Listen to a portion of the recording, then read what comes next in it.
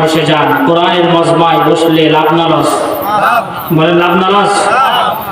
আল্লাহর হাবিব সাল্লাল্লাহু আলাইহি ওয়াসাল্লাম বলেছেন, লা ইয়াকুদু কওম ইয়াযকুরুনাল্লাহ ইল্লা হাফাতহুমুল মালায়েকা ওয়া গাশিয়াতুহুমুর রাহমা ওয়া নাযালাত আলাইহিমিস সাকিনাহ। আল্লাহর হাবিব সাল্লাল্লাহু আলাইহি ওয়াসাল্লাম বলেছেন, যখন কোন সম্প্রদায়ের লোকেরা, কোন গোষ্ঠীর লোকেরা আল্লাহ রাব্বুল আলামিনের কোরআন শোনার জন্য কোরআনের ময়দানে বসে যায়, আল্লাহর জিকির তথা কোরআন শোনার জন্য কোরআনের ময়দানে বসে যায়, আল্লাহ রাব্বুল আলামিন ওই সমস্ত মানুষদের বারাকা এবং রহমতের জন্য হাফাতহুমুল মালায়েকা, আসমান থেকে আমার আল্লাহ ফেরেশতা নাযিল করতে থাকে। চিল্লায়ে বলেন সুবহানাল্লাহ। আল্লাহ রাব্বুল আলামিন হাবিব বলেন, ওই সমস্ত ব্যক্তিদের উপরে আল্লাহ রাব্বুল আলামিন ওয়া নাযালাত আলাইহিমুস সাকিনা, তার স্পেশাল সাকিনা নামক রহমত আমার আল্লাহ নাযিল করতে থাকে। শুধু তাই নয়, যে সমস্ত ফেরেশতারা আপনার আমার উপরে নাযিল হয়েছে, ওই সমস্ত ফেরেশতারা আল্লাহ রাব্বুল আলামিনের কাছে দোয়া করতে থাকে, রব্বুল আলামিন তোমার যে সমস্ত বান্দা এবং বান্দীরা কোরআন শোনার জন্য কোরআনের ময়দানে বসে গিয়েছে, ওদের জীবনে যদি কোনো গুনাহ থেকে থাকে, সেই গুনাহগুলোকে মাফ করে দিয়া তুমি গুনাহের জায়গায় নেকি আর সওয়াব দিয়ে পরিপূর্ণ করে দাও। জোরে বলি সুবহানাল্লাহ। যারা বসেছি বলেন তো দেখি, কোরআনের মজলিসে, কোরআনের মাহফিলে বসার কারণে লাভ হয়েছে না লস? বলেন লাভ হয়েছে না নাকি লস হয়েছে? যারা এখন এই কোরআনের মজলিসে বসতে পারেন নাই, উদাত্ত আহ্বান করতেছি, কোরআনের এই মজলিসে বসে যান। আল্লাহ রাব্বুল আলামিনের স্পেশাল সাকিনা আপনাদের জন্য বরাদ্দ হয়ে গিয়েছে।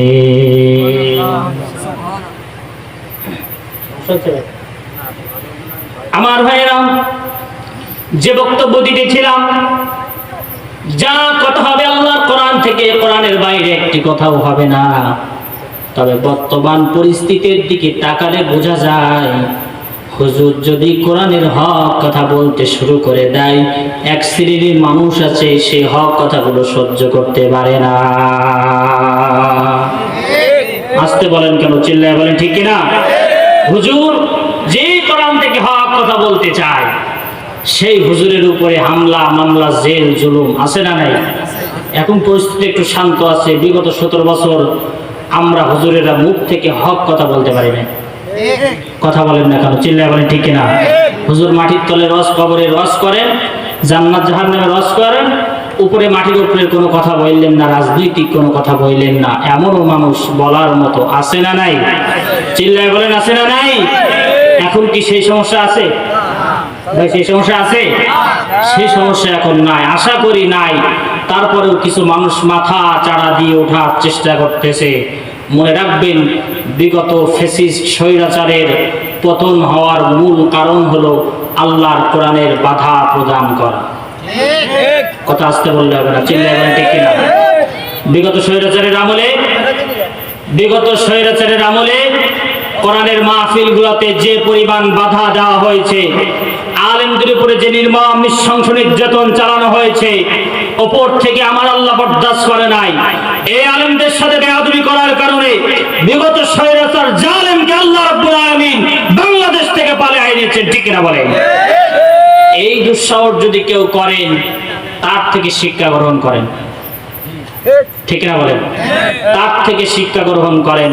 আপনাদের এই অঞ্চলের সন্তান আব্দুল খালেক মন্ডল হাফিজাহুল্লাহ, ঠিক নেই? আপনাদের দিকেও তো তাকে নির্মম ভাবে কারাগারে হত্যা করা হয়েছে। কথা বলেন না কেন? আপনারা সেই সন্তান, সেই এলাকার সন্তান। আল্লাহ রাব্বুল আলামিন তার কবরকে জান্নাতি নূর দিয়ে মুনাফফার করে দিন, বলেন আমিন। এই অঞ্চলের ব্যাপারে আমি শুনেছি 2013 সালে যখন আল্লামা সাঈদীর ফাঁসির রায় হয়, মা বোনেরা সহকারে আবাল বৃদ্ধ বনিতা হাতে ঝাঁটা নিয়ে ময়দানে লেগেছিল। ঠিক কিনা বলেন? মিথ্যা বলতেছি আমি? সত্য কি সত্য না? আপনারা তো তারাই যারা আলেমদেরকে ভালোবাসেন, আলেমদের বিরুদ্ধে যারা গিয়েছে তাদের বিরুদ্ধে ঝাঁটা তুলে আপনারা প্রতিবাদ করছেন। ঠিক কিনা বলেন? আল্লাহ রাব্বুল আলামিন আপনাদেরকে কবুল করেন, বলেন আমিন। যে আয়াতটা রদ করেছি, আমি আজকের অন্য কোনো বিষয় নিয়ে কথা বলবো না, একটি বিষয় নিয়ে কথা বলবো। বিষয়টি হলো এই আল্লাহর কোরআন নিয়ে। বলেন কি নিয়ে? আমার সাবজেক্ট হচ্ছে আল্লাহর কোরআন। সাবজেক্ট কি? বলেন আমাদের সাবজেক্ট কি? আল্লাহর কোরআন। আমার ভাইরা, এই কোরআন সম্পর্কে আজকে আলোচনা করতে চাই।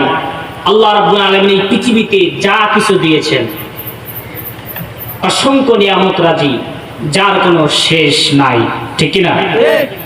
আল্লাহ রাব্বুল আলামিন এই গোটা পৃথিবীতে যা কিছু দিয়েছেন,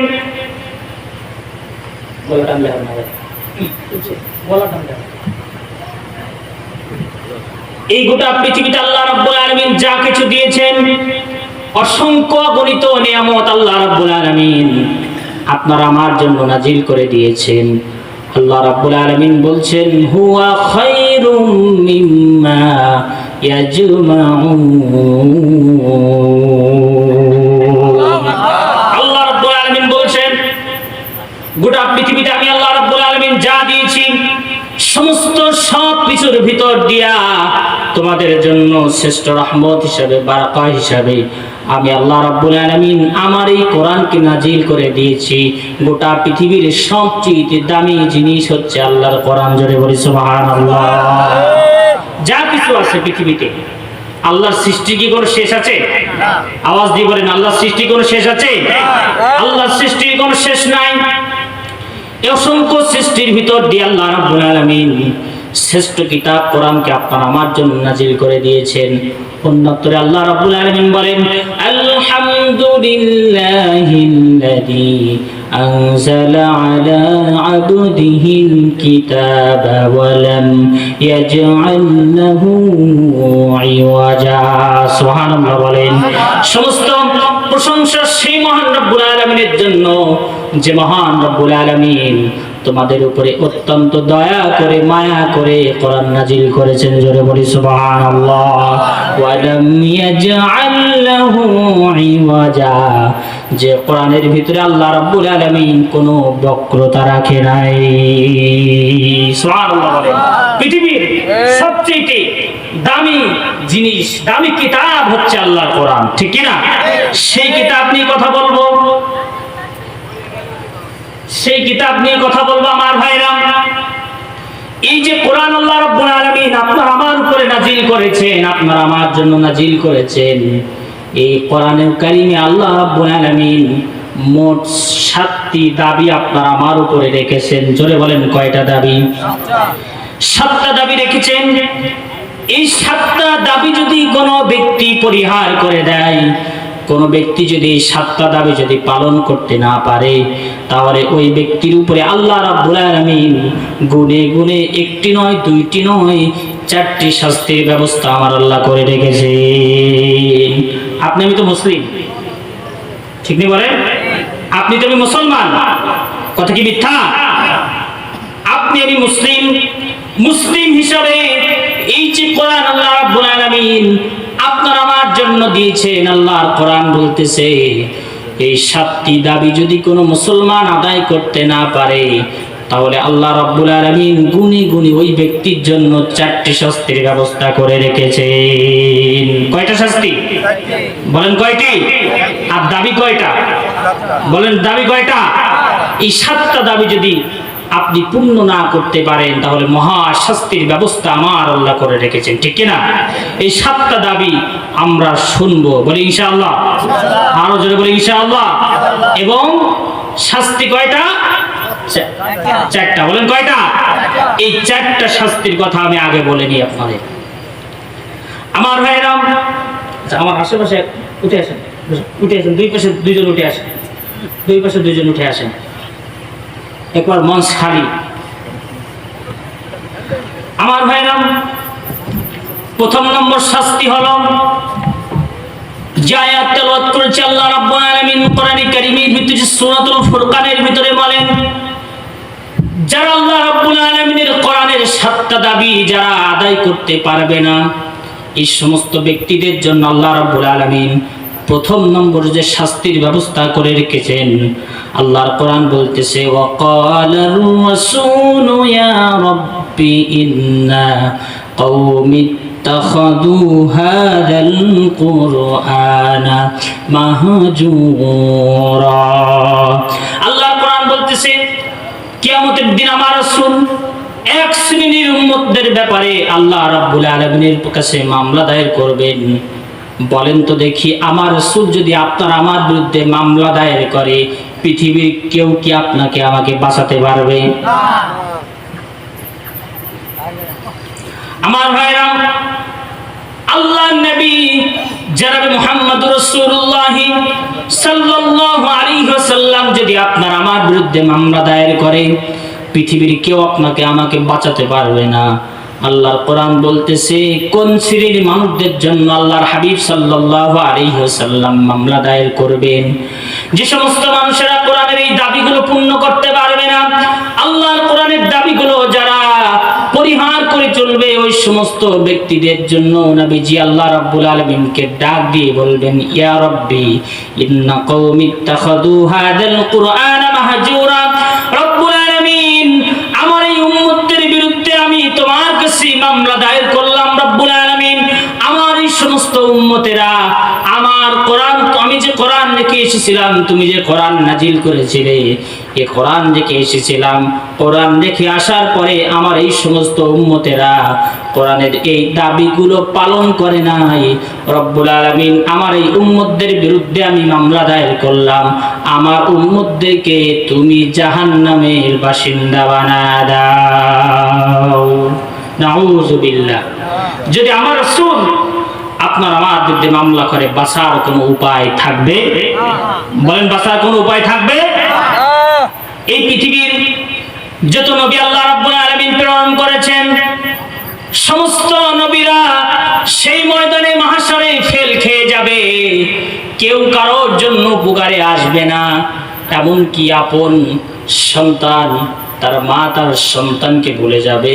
সেই ময়দানে মাহশরে একজন ব্যক্তি আপনার আমার জন্য উপকারে আসবেন, তিনি আর কেউ নয়, আপনার আমার নবী জনাব মুহাম্মদুর রাসূলুল্লাহ সাল্লাল্লাহু আলাইহি ওয়াসাল্লাম। কোরআনের এই 7টি দাবি যারা পালন করতে পারবে না, মানতে পারবে না, কিয়ামতের দিন তার জন্য প্রথম শাস্তি হলো আল্লাহ রাব্বুল আলামিন, আল্লাহ রাব্বুল আলামিনের হাবিব তার বিরুদ্ধে, ওই সমস্ত উম্মতদের বিরুদ্ধে নিজেই মামলা দায়ের করবেন। ঠিক কি না? আমরা কি নবীর মামলার আসামি হতে চাই? বলেন, হতে চাই? যদি না হতে চাই, তাহলে কোরআনের দাবি মানা দরকার আছে না নাই? আর জোরে বলেন, আছে না নাই? আমার ভাইরা, আল্লাহ রাব্বুল আলামিনের কোরআনের দাবি মানতে হবে। 4টা শাস্তির প্রথম নম্বর শাস্তি, নবী নিজেই মামলা করবেন আল্লাহ রাব্বুল আলামিনের দরবারে।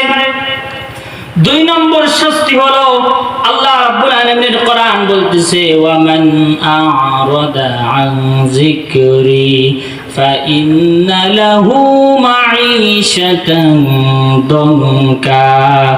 2 নম্বর শাস্তি হলো আল্লাহ রাব্বুল আলামিন ওই সমস্ত মানুষদের জীবন, দুনিয়ার জীবনকে আল্লাহ রাব্বুল আলামিন সংকীর্ণময় করে দিবেন, যারা কোরআন থেকে মুখ ফিরিয়ে নেবে, কোরআনের দাবি যারা মানবে না, এই 7টা দাবি থেকে যারা মুখ ফিরিয়ে নেবে, এই 7টা দাবি যারা মানবে না, আল্লাহর কোরআন বলতেছে সেই দিন আল্লাহ রাব্বুল আলামিন এই সমস্ত মানুষদের দুনিয়ার জীবনকে সংকীর্ণময় করে দিবেন। তার মানে তাফসীর গ্রন্থে এসেছে, তাফসীর ইবনে কাসিরের ভিতরে এসেছে, আল্লাহ রাব্বুল আলামিন ওই সমস্ত মানুষদের দুনিয়ার যত সুখ আছে, যত সুখ আছে, যত শান্তি আছে, যত আরাম আছে, আল্লাহ রাব্বুল আলামিন সমস্ত সুখ এবং শান্তি দুনিয়ার জীবন থেকে কেড়ে নেবেন কে? আল্লাহ। যারা কোরআনের দাবি মানবে না, কোরআনের এই 7টা দাবি যারা মানতে পারবে না, আল্লাহ রাব্বুল আলামিন বলছেন দুনিয়ার সকল যাবতীয় সুখ আমি আল্লাহ রাব্বুল আলামিন কেড়ে নিব। ঠিক কি না? টাকা আছে, গাড়ি আছে, বাড়ি আছে, সুন্দরী স্ত্রী আছে, দুনিয়ার কোনো কিছুর অভাব নাই, খাওয়ার অভাব নাই, পড়ার অভাব নাই, টাকার অভাব নাই, পৃথিবীর কোনো কিছুর অভাব নাই। কিন্তু একটা জায়গায় অভাব, মনে কোনো সুখ নাই, খাওয়ায় কোনো সুখ নাই, ঘুমেও কোনো সুখ নাই। এমনও মানুষ আছে না নাই? আছে না নাই? কারণ কি আমার ভাইরা? এর কারণ হলো ওই সমস্ত মানুষেরা আল্লাহ রাব্বুল আলামিনের কোরআনের দাবি মানতে পারে নাই। কোরআনের দাবি যারা মানবে না, দুনিয়ার সকল সুখ আল্লাহ রাব্বুল আলামিন কেড়ে নেবেন। টাকা আছে, টাকা থাকার পরেও সুখ নাই, ঠিক কিনা বলেন? আমার ভাইরা, 3 নম্বর শাস্তি হলো, আল্লাহ রাব্বুল আলামিনের হাবিব বলেন, ওই সমস্ত ব্যক্তিরা যখন দুনিয়ার জীবন শেষ করে কবরের জীবনে চলে যাবে, এই যে দুনিয়ার জীবন আপনার আমার শেষ, তারপরে অবস্থান কোথায়? বলেন কোথায়? কবরে যাওয়া লাগবে না? বলেন লাগবে না? লাগবে না? আল্লাহ রাব্বুল আলামিনের হাবিব বলেন, যারা আল্লাহর কোরআনের এই দাবিগুলো মানতে পারবে না, কবর তো মাত্র হয় 3.5 হাত কবর। আল্লাহর হাবিব বলেন, যারা কোরআনের এই 7টা দাবি যারা মানতে পারবে না, আল্লাহ রাব্বুল আলামিন তাদের কবরকে সংকীর্ণময় করে দিবেন। জোরে বলেন নাউযুবিল্লাহ। কবরের 2 পাশের মাটিকে আল্লাহ রাব্বুল আলামিন অর্ডার করবেন। কবরের 2 পাশের মাটি এমন জোরে চাপ দিবে, এক পাজরের হাড় আর এক পাজরের হাড়ের ভিতরে ঢুকে যাবে। 3.5 হাত কবর তখন ছোট্ট হয়ে যাবে। 2 পাশের মাটি এমন জোরে চাপ দিবে, এক হাড্ডি আর এক হাড্ডির ভিতরে ঢুকে যাবে। আমার ভাইরা, আল্লাহর হাবিব সাল্লাল্লাহু আলাইহি ওয়াসাল্লাম বলেছেন, এমন করে 1 দিন নয়, 2 দিন নয়, ইলা ইয়াউমি ইউবাসুন, 1 দিন নয়, 2 দিন নয়, কিয়ামত পর্যন্ত আল্লাহ রাব্বুল আলামিন ওই সমস্ত ব্যক্তিদের জন্য আযাবের ব্যবস্থা করে রেখেছেন যারা কোরআনের 7টা দাবি মানতে পারবে না, ঠিক কিনা বলেন? আল্লাহর কোরআন থেকে বলছে, আমার ভাইরা, যারা কোরআনের 7টা দাবি মানতে পারবে না, 4 নম্বর শাস্তি হলো, আল্লাহর কোরআন বলতেছে, ওয়ামান আ'রাদা আন যিকরি ফাইন্না লাহু মাঈশাতান দানকাও ওয়া নাহশুরুহু ইয়াওমাল কিয়ামাতি আমা। কিয়ামতের দিন আল্লাহ রাব্বুল আলামিন ওই সমস্ত ব্যক্তিদেরকে অন্ধ অবস্থায় তুলবেন। কি অবস্থায়? বলেন কি অবস্থায়? ওই সমস্ত ব্যক্তিরা আল্লাহ রাব্বুল আলামিন কি ডাক দিয়ে বলবে, রব্বুল আলামিন, দুনিয়াতে তো আমার চোখ ছিল, আজকে আমি অন্ধ অবস্থায় উঠলাম, কারণ কি? আল্লাহ রাব্বুল আলামিন ডাক দিয়ে বলবেন, গোলাম, দুনিয়াতে তুমি চোখওয়ালা ছিল, আমি আল্লাহ তোমাকে চোখ দিয়েছিলাম দেখার জন্য। চোখ পাওয়ার পরে তুমি আমি আল্লাহ রাব্বুল আলামিনের কোরআন দেখো নাই, কোরআন পড়ো নাই, আমি আল্লাহ রাব্বুল আলামিনের কোরআনের দাবিগুলো তুমি মানতে পারো নাই। কোরআনের দাবি না মানার কারণে আল্লাহ রাব্বুল আলামিন কিয়ামতের দিন আপনাকে আমাকে অন্ধ অবস্থায় তুলবেন। জোরে বলেন ঠিক কিনা? আমরা কি অন্ধ অবস্থায় উঠতে চাই? বলেন চাই? যদি অন্ধ অবস্থায় না উঠতে চাই, তাহলে কোরআনের দাবি মানার দরকার আছে না নাই? বলেন আছে না নাই? কোরআনের দাবি যারা মানবে না, শাস্তি কয়টা? বলেন কয়টা? যে কয়জন শ্রোতা আছেন, আজকে ওয়াজ মুখস্থ করে বাড়িতে যেতে হবে ইনশাআল্লাহ। বলেন আমি ওয়াজ শেষে প্রশ্ন করব, কোরআনের দাবি কয়টা এবং কি কি, এবং না দাবি পূরণ করলে শাস্তি কয়টা এবং কি কি, উত্তর কিন্তু দিতে হবে ইনশাআল্লাহ। বলেন ইনশাআল্লাহ। বলেন হাজার হাজার শ্রোতার প্রয়োজন নাই, 10 জন শ্রোতা থাকুক, ওই 10 জন শ্রোতা যদি আজকের আলোচনা বুঝে বাড়িতে যায়, এটাই আমাদের জন্য সফলতা, ঠিক কিনা? আমার ভাইরা, তাহলে দাবি কয়টা? বলেন কয়টা? শাস্তি কয়টা? 1 নম্বর কি? হ্যাঁ, মনে নেই? নবীজির সুপারিশ পাবে না, নবীজির মামলার আসামি হতে হবে কিয়ামতের দিন, 1 নম্বর। 2 নম্বর, দুনিয়ার সকল সুখ আল্লাহ রাব্বুল আলামিন কেড়ে নেবেন। 3 নম্বর, কবরকে সংকীর্ণ করে দেওয়া হবে। 4 নম্বর, কিয়ামতের দিন আল্লাহ রাব্বুল আলামিন অন্ধ অবস্থায় আপনাকে আমাকে তুলবেন। কয়টা শাস্তি? 4টা। এবার কোরআনের দাবি হলো কয়টা? বলেন কোরআনের দাবি কয়টা? 7টা দাবি হলো কোরআনের। এই 7টা দাবি যারা পালন করতে পারবে না, 7টা দাবি যারা পূর্ণ করতে পারবে না, আল্লাহর কোরআন বলতেছে এই 7টা দাবি পালন না করার কারণে এই 4টা শাস্তির মুখোমুখি আল্লাহ রাব্বুল আলামিন করবেন। তার প্রথম নম্বর 7টা দাবির প্রথম নম্বর দাবি হলো আল কোরআনের উপরে পূর্ণাঙ্গ ঈমান আপনাকে আমাকে আনতে হবে।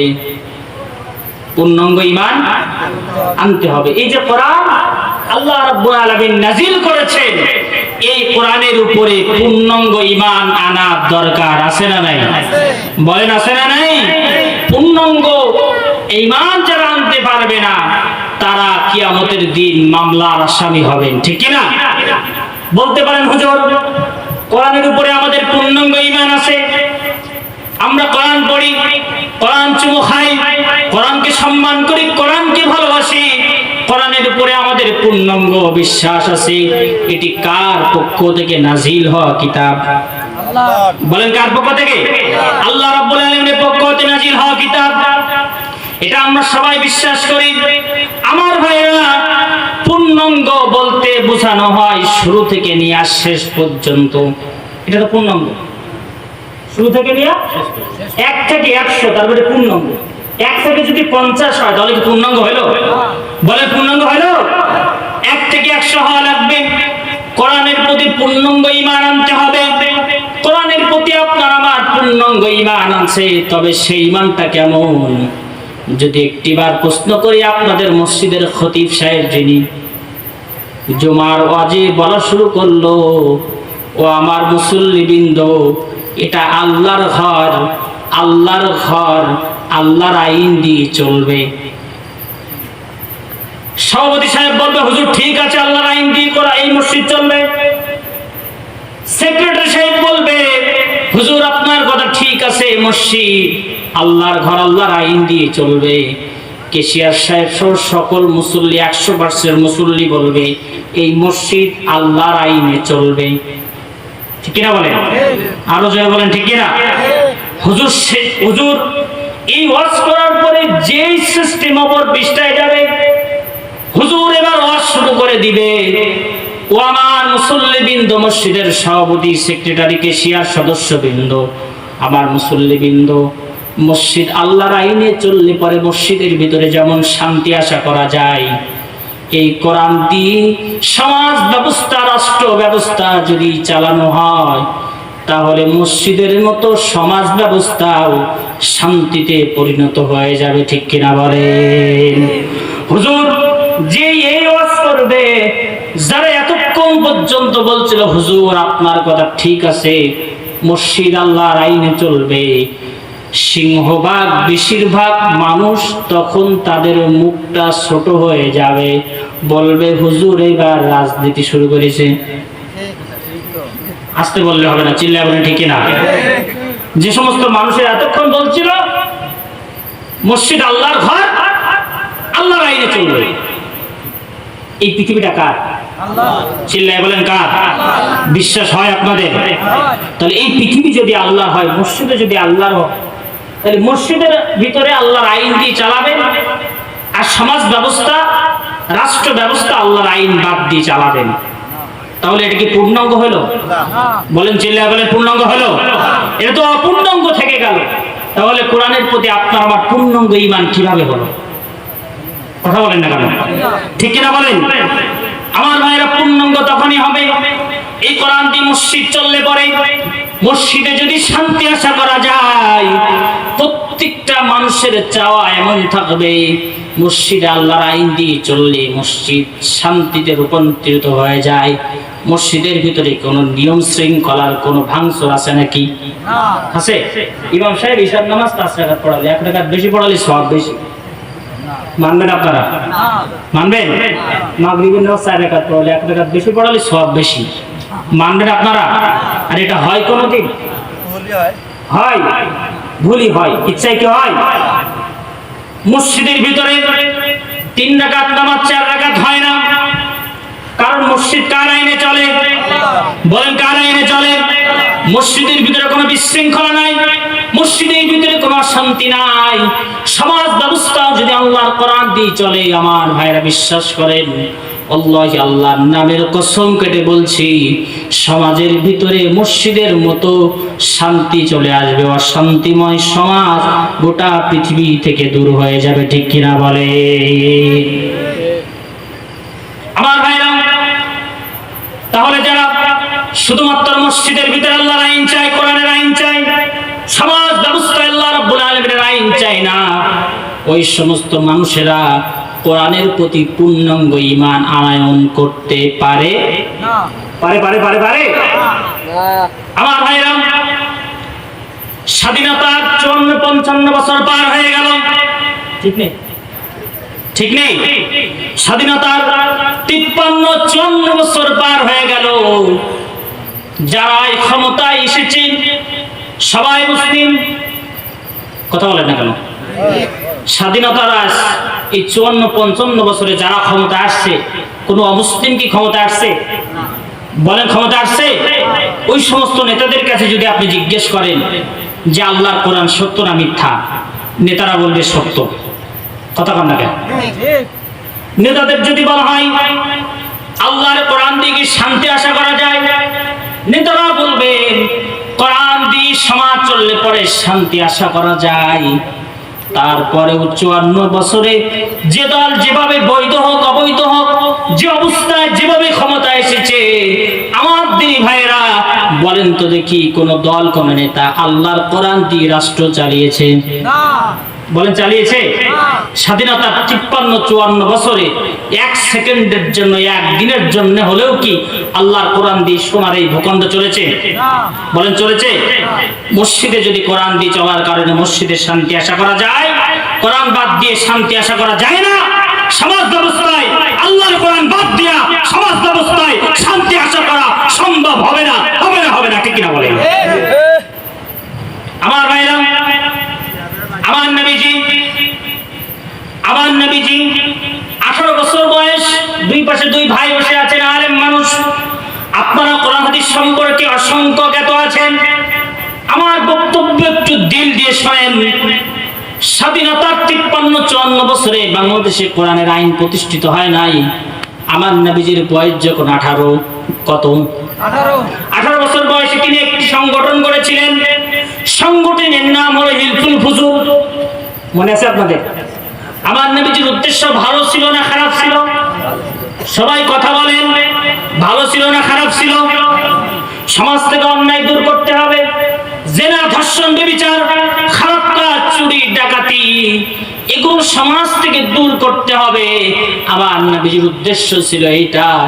দুই পাশে দুইজন আলেম বসা, আপনারা জ্ঞানী মানুষ, বলেন তো দেখি, হিলফুল ফুজুল নামক সংগঠন তৈরি করার পরে সমাজ থেকে অন্যায় কি দূর করা সম্ভব হয়েছিল?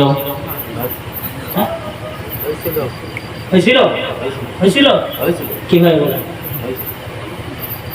হিলফুল ফুজুল নামক সংগঠন তৈরি করার পরে আমার নবীজি 18 বছর বয়সে গোটা আরব উপদ্বীপ থেকে অন্যায়, জেল, জুলুম, নির্যাতন, চুরি, ডাকাত, ধর্ষণ কি বন্ধ করতে পারছিল? হ্যাঁ, কিছু সময় বন্ধ ছিল। এগুলো তো সমাজ থেকে তো অন্যায় দূর হয়নি, হয়েছিল? হয় নাই। এটা যদি আপনারা বোঝেন, এবার সৃষ্টি অপর পৃষ্ঠায় তাকান।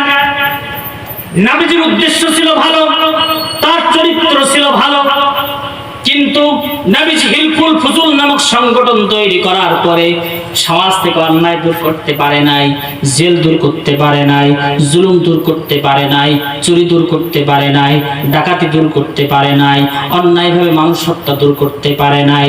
ঠিক কিনা বলেন? সৃষ্টি অপর পৃষ্ঠায় তাকান। নবীজির বয়স হলো যখন 40, নবীজি আল্লাহ রাব্বুল আলামিনের পক্ষ থেকে কোরআন পেলেন।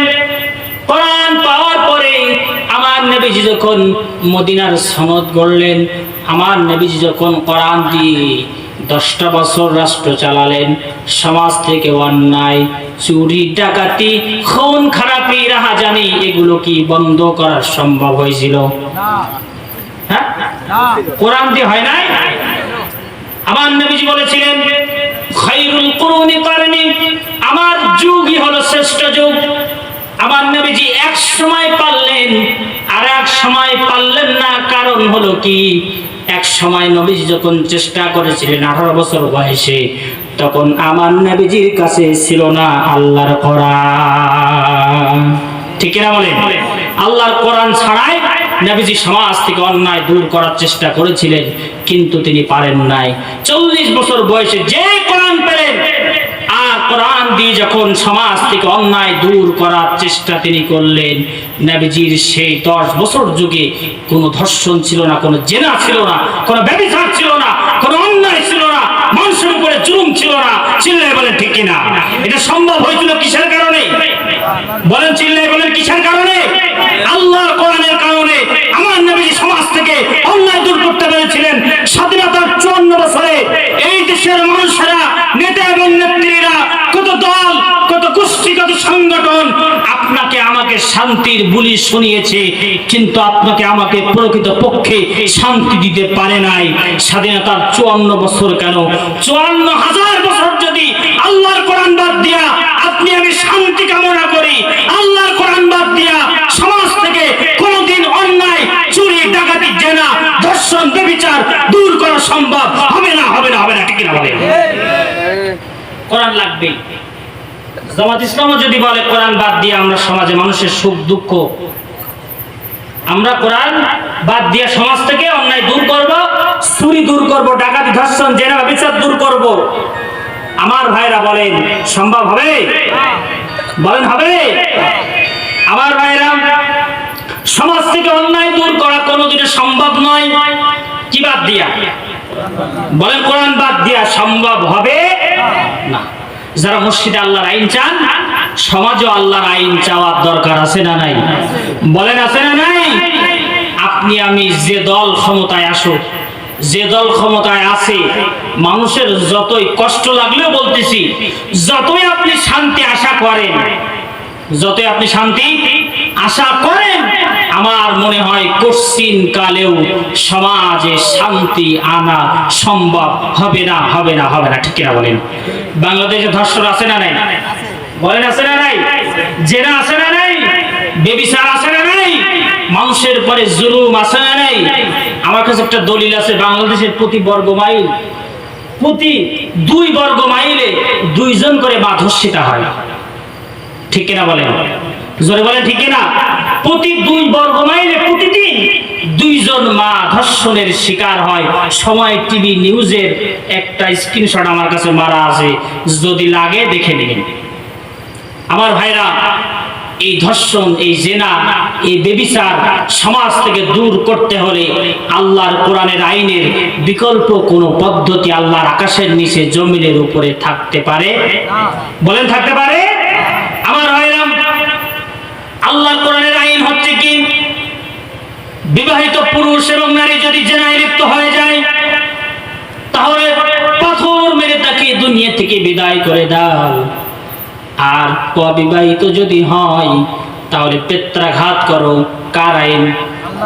বলেন কার আইন? আরো জোরে বলেন কার আইন? আল্লাহ রাব্বুল আলামিনের আইন। আল্লাহ রাব্বুল আলামিনের আইন যদি সমাজে প্রতিষ্ঠিত হয়ে যায়, কোরআনের আইন যদি সমাজে প্রতিষ্ঠিত হয়ে যায়, আমার ভাইরা, ধর্ষণকারীকে ধরা হবে। বাইতুল মুকাররমের সামনে, তার মাঝে সামনে পুঁতা হবে বাংলাদেশের যত টিভি এবং ইলেকট্রনিক মিডিয়া আছে, সমস্ত ইলেকট্রনিক মিডিয়া, প্রেস মিডিয়া, সমস্ত মিডিয়াগুলোকে সম্মুখ সারিতে রেখে বাংলাদেশের ওই ধর্ষণকারীকে 24 ঘন্টা গোটা টিভি এবং চ্যানেলে সম্প্রচার করা হবে, তার হত্যার ভিডিও। কয় ঘন্টা? 24 ঘন্টা ধর্ষণকারীকে আল্লাহর কোরআন অনুযায়ী পাথর মেরে হত্যা করা হবে। এই ভিডিও বাংলাদেশের যত টিভি এবং ইলেকট্রনিক মিডিয়া আছে, সমস্ত মিডিয়ায় 24 ঘন্টা ফুটেজ দেখানো হবে। আর বলা হবে, কোন নারীর উপরে যারা জেনা করবে, নারীর সাথে যারা ধর্ষণ, নারীকে যারা ধর্ষণ করবে, কোন মাকে যারা ধর্ষণ করবে, যারা জেনায় লিপ্ত হবে, তাদের উপরে আল্লাহর পক্ষ থেকে নাজিল হওয়া কিতাবের অনুসারে শাস্তি হবে, তাকে পাথর মেরে হত্যা করা হবে।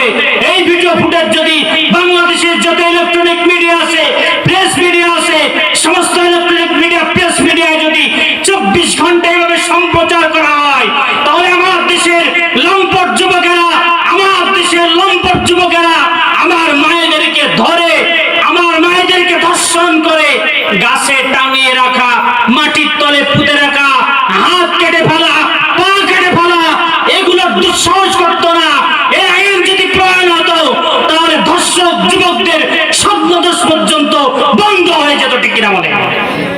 এই যে মানিকগঞ্জে আপনারা দেখছেন না ভাই, মানিকগঞ্জে একজন মেয়েকে 7 বছরের মেয়েকে 3 জন যুবক মিলে ধর্ষণ করছে।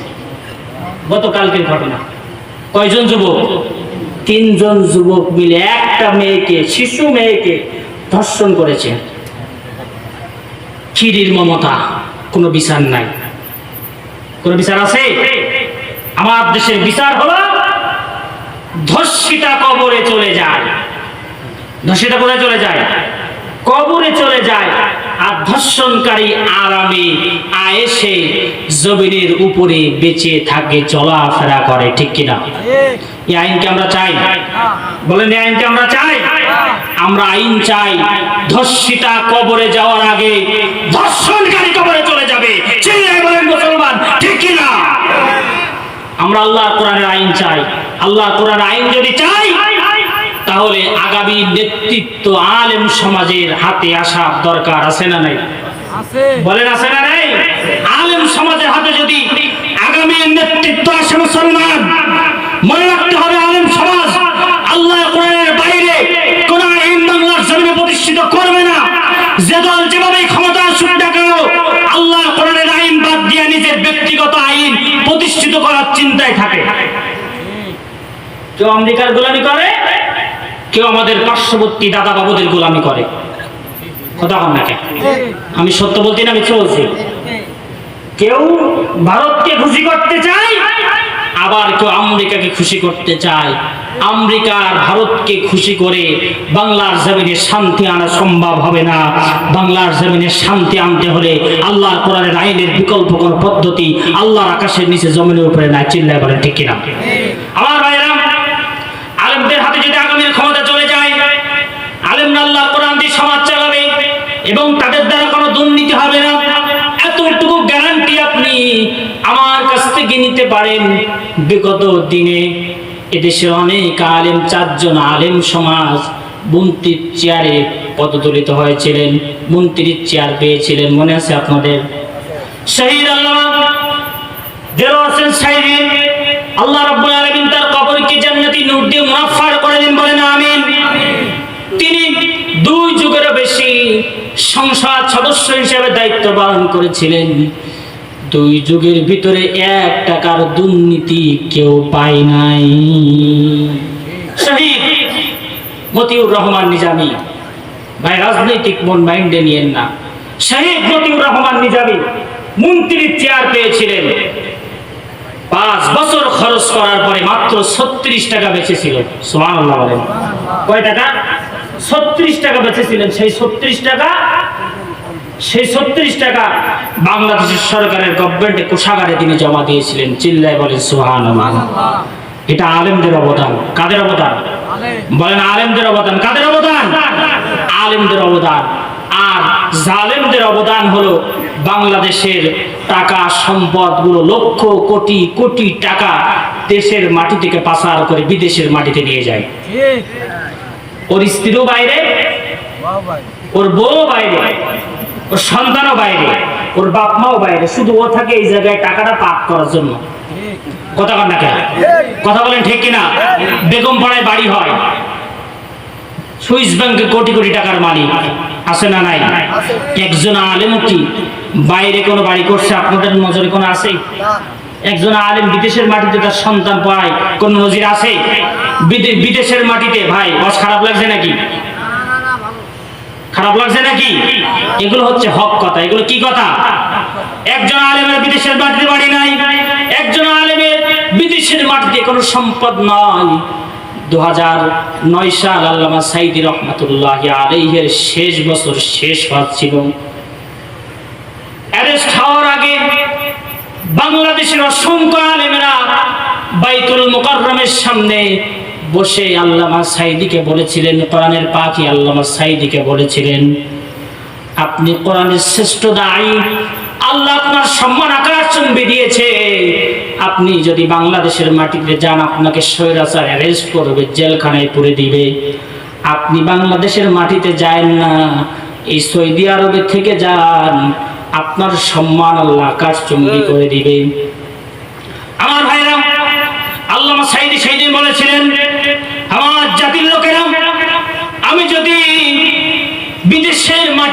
বসে থেকে যদি আমার দেশের মানুষেরা জেল জুলুমান নির্যাতনের শিকার হয়, কিয়ামতের দিন আল্লাহ রাব্বুল আলামিনের দরবারে আমি জবাব দিতে পারবো না। অ্যারেস্ট হই, জেল জুলুম আমার উপরে হোক না কেন, দেশের মানুষকে ছেড়ে বিদেশের মাটিতে আমি থাকতে পারবো না। ঠিক কিনা বলেন? দেশের মাটিতে চলে আসলেন, অ্যারেস্ট হয়ে গেলেন, 13 বছর মানবতার জীবন যাপন করলেন। ভারতের প্রেসক্রিপশনে, হিন্দু দাদা বাবুদের প্রেসক্রিপশনে আল্লামা সাঈদীকে ইনজেকশন পুশ করে হত্যা করা হয়েছে। ঠিক কিনা? আর যারা বলেন ঠিক কিনা? বাংলাদেশের বর্তমান সরকার বেগম খালেদা জিয়ার সুযোগ্য পুত্র এখানে মিডিয়া আছে, আমি আপনাকে জানান দিতে চাই, আপনার জননী বেগম খালেদা জিয়া আলেমদেরকে সবচেয়ে বেশি ভালোবাসতেন। কথা বলেন না কেন? ঠিক কিনা বলেন? আলেমদেরকে সবচেয়ে ভালোবাসতেন এবং আল্লামা সাঈদী তার খুব কাছের মানুষ ছিলেন।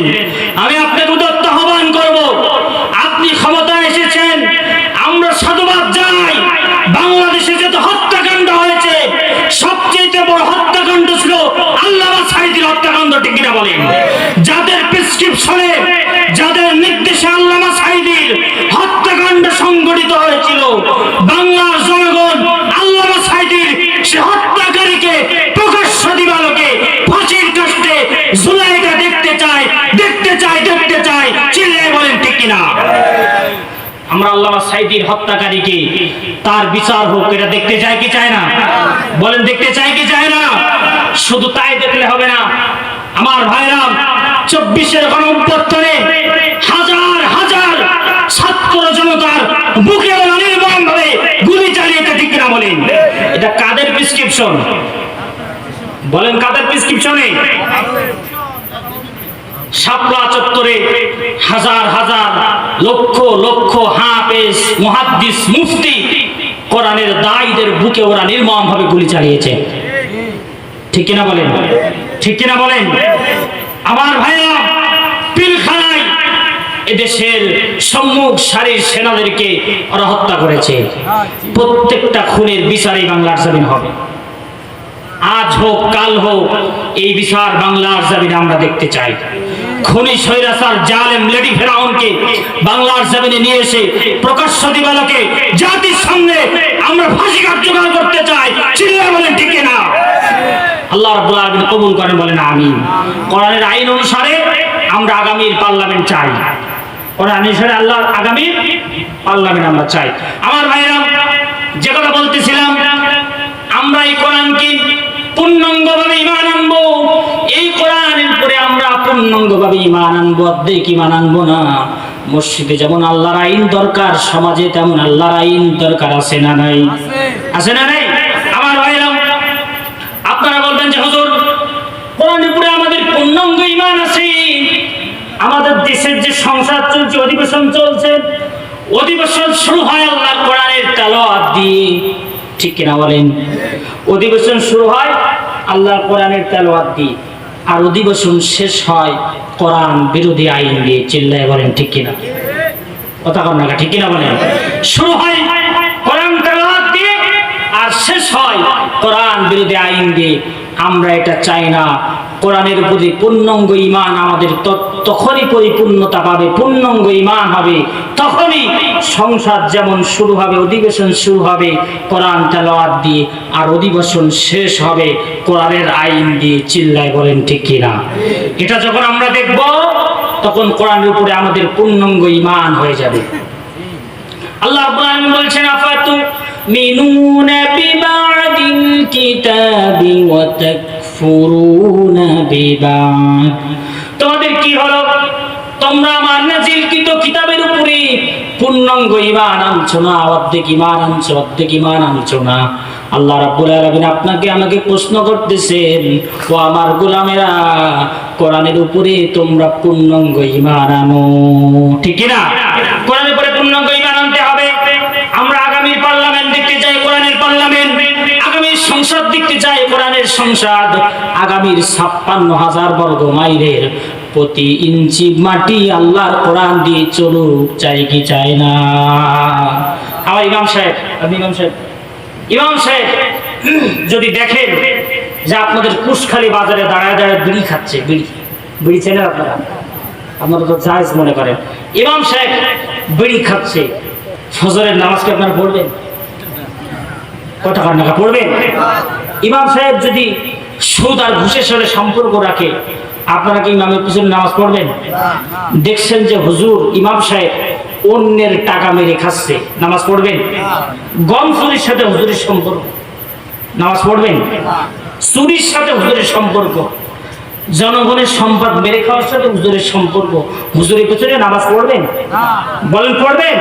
পড়বেন না। হুজুর তোমার ইমামতি বা তোমার ইমামতি করে কেটে চুরি করে খাও, কথা কন না, ঠিক কিনা? এই হুজুর যদি ইউনিয়ন পরিষদের চেয়ারম্যান হয়, আমার দিদি ভাইরা, হুজুর ইউনিয়ন পরিষদের চেয়ারম্যান হওয়ার পরে হুজুরের দ্বারা জনগণের সম্পদ মেরে খাওয়ার কোনো চান্স থাকবে না, ঠিক কিনা বলেন? আমাদের দেশের চেয়ারম্যান মেম্বারেরা সবাই না, কিছু সংখ্যক চেয়ারম্যান মেম্বারেরা আমার দেশের জনগণের ঈদ পর্যন্ত পেটের ভিতরে ঢোকায় ফেলে, কথা কন না, ঠিক কিনা বলেন? রড খেয়ে ফেলে, বালু খেয়ে ফেলে, সিমেন্ট খেয়ে ফেলে, জনগণের সম্পদ গুলো খেয়ে ফেলে। আমার দিদি ভাইরা কি বলেন আপনারা? হ্যাঁ, আপনি কি খান আপনাদের সাথে?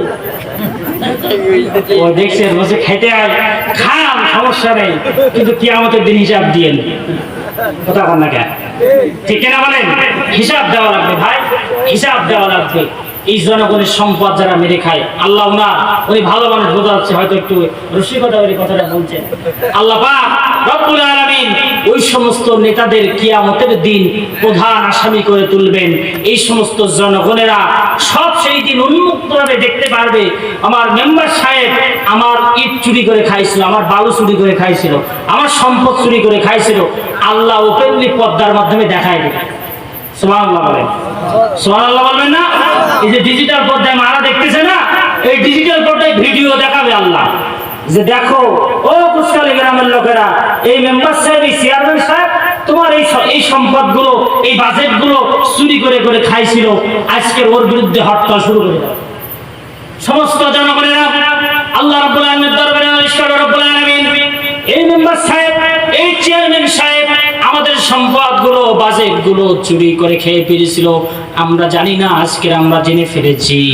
আল্লাহ রাব্বুল আলামিন সেই দিন বলবেন, কি করতে চাও চেয়ারম্যানকে, কি করতে চাও মেম্বারকে, কি করতে চাও মন্ত্রীকে, কি করতে চাও এমপিকে, যে এমপি তোমার সম্পদগুলো মেরে খেয়েছে। আল্লাহ কোরআন বলতেছে, ক্বালু রাব্বানা ইন্নানা ক্বালু রাব্বানা ওয়া ক্বালা আল্লাযীনা কাফারু রাব্বানা আরিনাল লাযাইনি আদাল্লানা মিনাল জিন্নি ওয়াল ইনস নাজআলহুমা তাহতা আকদামিনা লিয়াকুনা মিনাল আসফালিন। আল্লাহু আকবার।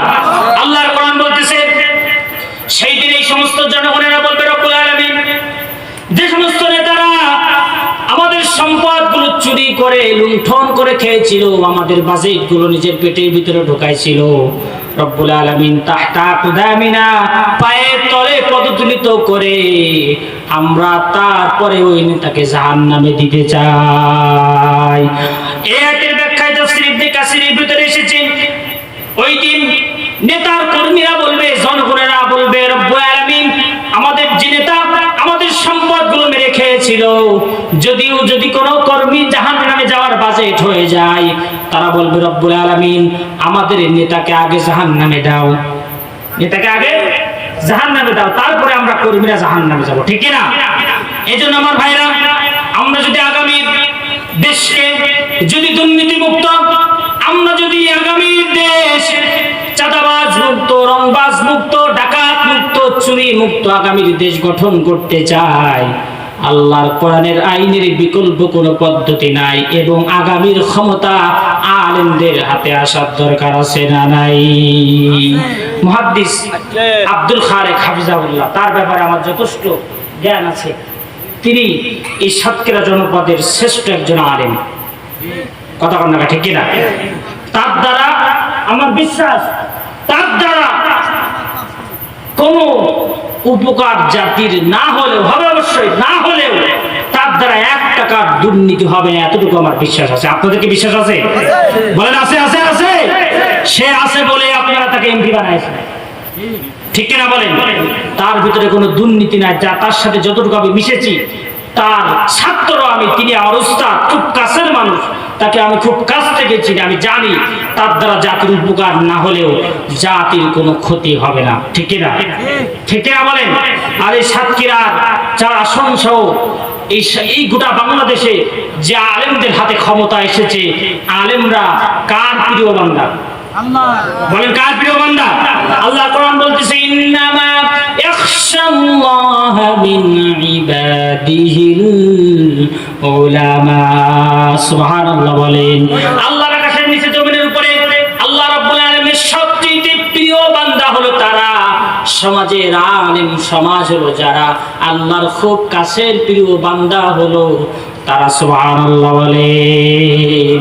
আমার ভাইরা, যে কথা বলতেছিলাম, তাহলে কোরআনের উপরে আপনার আমার পূর্ণাঙ্গ ঈমান আনতে হবে। আর পূর্ণাঙ্গ ঈমান আনতে হলে মসজিদে যেমন আল্লাহর আইন চলে, সমাজে তেমন আল্লাহর আইন চলতে হবে। আমার ভাইরা, অধিবেশন শুরু যেমন হবে কোরআন তেলাওয়াত দিয়ে, অধিবেশন শেষও হবে কোরআনের আইন দিয়ে। যেদিন এই দৃশ্য আমরা দেখতে পাবো, যেদিন আল্লাহি আল্লাহ কসম করে বলছি, যেদিন এই দৃশ্য আমরা দেখতে পাবো, অধিবেশন শুরু হচ্ছে কোরআন তেলাওয়াত দিয়ে, আর অধিবেশন শেষ হয়েছে কোরআন আইন দিয়ে, সেই দিন বাংলার সমস্ত মানুষেরা সুখে শান্তিতে নিরাপদে বসবাস করতে পারবে, ঠিক কিনা বলে? হযরত ওমর রাদিয়াল্লাহু তাআলা তার ঘটনা কার না জানা? তিনি যখন রাষ্ট্রের দায়িত্ব গ্রহণ করবেন, খলিফা যখন তিনি হবেন, তাফসীরের ভিতরে এসেছে তিনি তার জাতির লোকদেরকে ডাকলেন, জাতির লোকদেরকে ডেকে বললেন, ও আমার জাতির লোকেরা, কতটুকু গ্যারান্টি আমি দিতে পারবো, তবে জানি না কতটুকু গ্যারান্টি আমি তোমাদের জন্য দিতে পারবো, আমি নেতা হিসেবে কেমন হব। আমার ভাইরা, আমিরুল মুমিনিন খলিফাতুল মুসলিমিন সমস্ত জাতির লোকদেরকে ডেকে বললেন, ও আমার জাতির লোকেরা, কতটুকু গ্রহণযোগ্য নিয়োগ পছন্দের নেতা আমি তোমাদের হতে পারবো আমি জানি না, তবে এতটুকু গ্যারান্টি আমি দিতে চাই, আমার রাষ্ট্রের সামান্যতম প্রজা তো দূরের কথা, বনের একটা হিংস্র প্রাণীও যদি না খেয়ে মারা যায়, বনের একটা হিংস্র প্রাণী যদি না খেয়ে মারা যায়, তারপরেও কিয়ামতের দিন আল্লাহ রাব্বুল আলামিনের দরবারে আমাকে আসামির কাঠ গড়ায় দাঁড়াতে হবে। এমন ওমরের শাসন আমরা চাই কি চাই না? বলেন চাই কি চাই না? যদি চান তাহলে আগামী নেতৃত্ব ওমরের মতো লোকের হাতে আসুক, চাই কি চাই না? তাকবীর দেন তো, লিল্লাহি তাকবীর, লিল্লাহি তাকবীর, লিল্লাহি তাকবীর। আজকে চলবে চলবে চলবে চলবে। শুনবেন, এখনো অনেক কথা সামনে আছে বাকি। সবাই একটু জিকির করেন সুবহানাল্লাহ।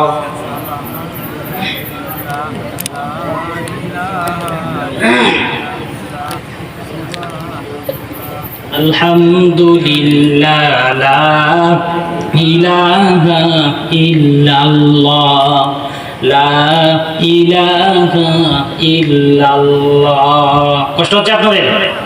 কষ্ট হচ্ছে?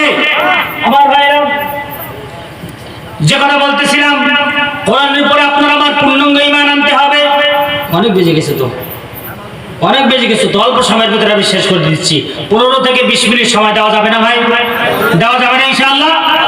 হ্যাঁ, আমার আলোচনার যে মূল পয়েন্ট ছিল, কোরআনের উপরে পূর্ণাঙ্গ ঈমান আনতে হবে। 2 নম্বর, কোরআনের উপরে, কোরআনের প্রতি আপনার আমার দাবি হলো, কোরআন আপনার উপরে যে দাবি করেছে সেই দাবির 2 নম্বর হচ্ছে বিশুদ্ধভাবে কোরআন তেলাওয়াত করতে হবে। বিশুদ্ধভাবে কোরআন তেলাওয়াত করতে হবে।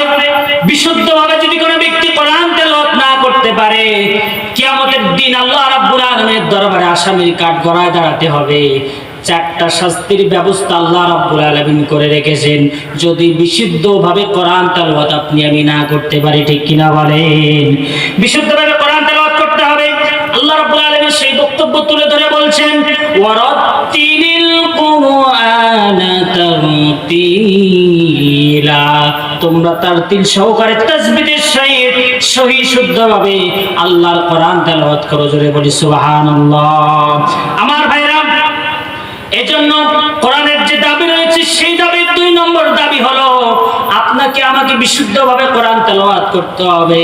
তবে সত্য হলেও সবচেয়ে বড় কথা হচ্ছে মুসলমানদের ভিতরে শতকরা 80% মানুষ কোরআন তেলাওয়াত করতে পারে না। ঠিক কিনা বলেন? মুসলমানদের ভিতরে শতকরা 80% মানুষ কোরআন তেলাওয়াত করতে পারে না, আর 20% পারে। তবে 20% এর ভিতরে 10% শুদ্ধভাবে তাসবিহ সহকারে কোরআন তেলাওয়াত করতে পারে না। ঠিক কিনা বলেন? এরা কিয়ামতের দিন ধরা খাবে কার দরবারে? বলেন কার দরবারে ধরা খাবে? শুদ্ধভাবে যদি কোনো ব্যক্তি কোরআন তেলাওয়াত করতে না পারে, ওই ব্যক্তি তাহাজ্জুদ পড়বে, 5 ওয়াক্ত নামাজ পড়বে, আল্লাহ রাব্বুল আলামিনের যত ইবাদত আছে শ্রেষ্ঠ ইবাদত নামাজ। শ্রেষ্ঠ ইবাদত কি? নামাজ। এই নামাজ যারা অশুদ্ধভাবে তেলাওয়াত করে নামাজ আদায় করবে, ওই সমস্ত ব্যক্তিদের কোনো নামাজ আল্লাহর দরবারে কবুল হবে? অশুদ্ধভাবে তেলাওয়াত করলে পরে নামাজ আল্লাহর দরবারে কবুল হয়। সবচেয়ে উত্তম ব্যক্তি হলো খায়রুকুম মান তাআল্লামাল কুরআনা ওয়া আল্লামাহু, যে ব্যক্তি নিজে কোরআন শিখে এবং অন্যকে কোরআন শিক্ষা দেয়, নিজে কোরআন শিখে এবং অন্যকে কোরআন শিক্ষা দেয়। আল্লাহর হাবিব সাল্লাল্লাহু আলাইহি ওয়াসাল্লাম বলেছেন, আল্লাহর আকাশের নিচে জমিনের উপরে ওই ব্যক্তি হচ্ছে সবচেয়ে উত্তম ব্যক্তি। জোরে বলি সুবহানাল্লাহ। কোরআনের 2 নম্বর দাবি হলো আল কোরআন বিশুদ্ধভাবে তেলাওয়াত করতে হবে। 3 নম্বর হচ্ছে কোরআনের দাবি, এই কোরআনকে আপনার আমার বেশি বেশি শুদ্ধভাবে তেলাওয়াত করতে হবে। দৈনন্দিন কমপক্ষে হলেও আপনাকে আমাকে কোরআন তেলাওয়াত করার দরকার আছে না নাই? বলেন আছে না নাই? আমি একটা হিসাব করছি, শুনে আমি একটা হিসাব করছি। আপনি যদি দৈনন্দিন 5 লাইন করে যদি কোরআন পড়েন, আমার জরিমানা করছি, হিসাব বসে বসে করছি, দৈনন্দিন যদি 5 লাইন করে যদি আপনি কোরআন তেলাওয়াত করেন, তাহলে 4 বছরে কোরআন আপনার খতম হয়ে যাবে। সুবহানাল্লাহ বলেন। দৈনন্দিন যদি 10 লাইন করে পড়েন, তাহলে আপনার 2 বছরে কোরআন তেলাওয়াত শেষ হয়ে যাবে। সুবহানাল্লাহ বলবেন না? যদি 20 আয়াত করে 20 লাইন করে যদি আপনি পড়েন, তাহলে 1 বছরে আপনার কোরআন শেষ হয়ে যাবে। সুবহানাল্লাহ বলেন। আমরা দৈনন্দিন 5 লাইন হলেও আল্লাহর কোরআন তেলাওয়াত করব। আল্লাহ রাব্বুল আলামিন আমাদেরকে তৌফিক দান করুন, বলেন আমিন। যারা কোরআন তেলাওয়াত করে এবং কোরআন শোনে, আল্লাহ রাব্বুল আলামিন তাদের ব্যাপারে বলছেন, ইন্নামাল মুমিনুনা ইযা যুকিরাল্লাহু ওয়াজিলাত কুলুবুহুম ওয়া ইযা তুলিয়াত আলাইহিম আয়াতুহু যাদাতুহুম ঈমানা। আল্লাহর কোরআন বলতেছে, আল্লাহ রাব্বুল আলামিন কোরআন তেলাওয়াত শুনবে মুমিনেরা যখন, মুমিনদের ঈমানগুলো বৃদ্ধি করে দিবেন। যিনি আওয়াজ করে বলেন তো তিনি কে? মুমিনরা কোরআন শুনলে পরে তাদের ঈমান বৃদ্ধি হয়ে যায়। চিল্লায় বলি সুবহানাল্লাহ। তাহলে 3 নম্বর বেশি বেশি কোরআন তেলাওয়াত করতে হবে। 4 নম্বর, আপনার আমার অধীনস্থ যারা আছে, আপনার আমার স্ত্রী আছে, সন্তান আছে, ভাই আছে, বোন আছে, অধীনস্থ যারা রয়েছে, অধীনস্থদেরকে কোরআন শিখাতে হবে, কোরআন পড়াতে হবে, কোরআন শিখাতে হবে। কোরআনের 4 নম্বর দাবি হলো এটা, যারা তাদের নিজস্ব অধীনস্থ লোকদেরকে কোরআন শিক্ষা দিবে না, কিয়ামতের দিন ওই সমস্ত ব্যক্তির আল্লাহ রাব্বুল আলামিনের দরবারে ধরা খেয়ে যাবে। ঠিক কিনা বলেন? কু আনফুসাকুম ওয়া আহলিকুম নার, তোমরা নিজে বাঁচো জাহান্নামের আগুন থেকে, আর তোমাদের আত্মীয়স্বজন, তোমাদের আহল পর্ব পরিবারের লোকদেরকে জাহান্নামের আগুন থেকে বাঁচাও। আমার ভাইরা, যে সমস্ত মানুষেরা নিজের অধীনস্থ ব্যক্তিদেরকে কোরআন শিখাবে না, আপনি পিতা হিসেবে যদি আপনার সন্তানকে যদি কোরআন না শিখান, তাহলে কিয়ামতের দিন ওই সন্তান আপনার জাহান্নামে যাওয়ার কারণ হয়ে যাবে। পিতা হিসেবে যদি আপনি সন্তানকে কোরআন শিক্ষা দিতে না পারেন, কোরআন শিক্ষা যদি না দিতে পারেন, তাহলে ওই সন্তান কিয়ামতের দিন আপনার জাহান্নামে যাওয়ার কারণ হয়ে যাবে। রব্বানা আরিনাল লাযাইনি আদাল্লানা মিনাল জিন্নি ওয়াল ইনস নাজআলহুমা তাহতা আকদামিনা লিয়াকুনা মিনাল আসফালিন। আল্লাহ রাব্বুল আলামিন বলছেন, কিয়ামতের দিন সন্তান আল্লাহ রাব্বুল আলামিনকে ডাক দিয়ে বলবে, রব্বুল আলামিন, আমার পিতা এবং এবং মাতা আমাকে দুনিয়াতে কোরআন শিখায় নাই। কোরআন যদি শিখাতো, কোরআনের হাফেজ যদি বানাতো, আলেম যদি বানাতো, তাহলে আজকে আমাকে জাহান্নামে আসা লাগতো না। রব্বুল আলামিন যে পিতা এবং মাতা আমাকে কোরআন শিক্ষা দেয় নাই, সেই পিতা এবং মাতাকে আগে জাহান্নামে দাও, তারপরে আমি সন্তান জাহান্নামে যাব। চিল্লায় বলেন ঠিক কিনা? এজন্য অধীনস্থ যারা রয়েছে তাদেরকে কোরআন শিখাতে হবে। আল্লাহ রাব্বুল আলামিন বলছেন 5 নম্বর, কোরআনের যে হক রয়েছে, কোরআনের যে দাবি রয়েছে, সেই দাবিটা হলো যতটুকু সম্ভব ততটুকু কোরআন মুখস্থ করতে হবে। যতটুকু সম্ভব ততটুকু কোরআন আপনাকে আমাকে মুখস্থ করতে হবে। হাদিসে পাকের ভিতরে রয়েছে আল্লাহ হাবিব সাল্লাল্লাহু আলাইহি ওয়াসাল্লাম বলেছেন, আহমদ, তিরমিজিতে, আবু দাউদে, নাসাই, মিশকাতে হাদিস এসেছে, আল্লাহর হাবিব সাল্লাল্লাহু আলাইহি ওয়াসাল্লাম বলেছেন, কিয়ামতের দিন কোরআনের হাফেজ যারা হবে, কোরআন মুখস্থ যারা করবে, এই পৃথিবীর সবচেয়ে বড় বিল্ডিং যেটা, এই পৃথিবীর সবচেয়ে বড় বিল্ডিং হচ্ছে দুবাই অবস্থিত বুর্জ খলিফা। নাম শুনছেন আপনারা? নাম শুনছেন? 163 তলা। 100 পৃথিবীতে এর চাইতে বড় বিল্ডিং আর আল্লাহর হাবিব সাল্লাল্লাহু আলাইহি ওয়াসাল্লাম বলেছেন, কিয়ামতের দিন আল্লাহ রাব্বুল আলামিন কোরআনের হেফজ যারা করবে তাদেরকে বলবে, ও কোরআনের হাফেজেরা, কোরআন যারা মুখস্থ করেছো, একটি করে আল্লাহর কোরআনের তেলাওয়াত করবে, একটি করে আয়াত তেলাওয়াত করবে, আর এক এক তলা জান্নাতের মালিক তোমরা হয়ে যাবে।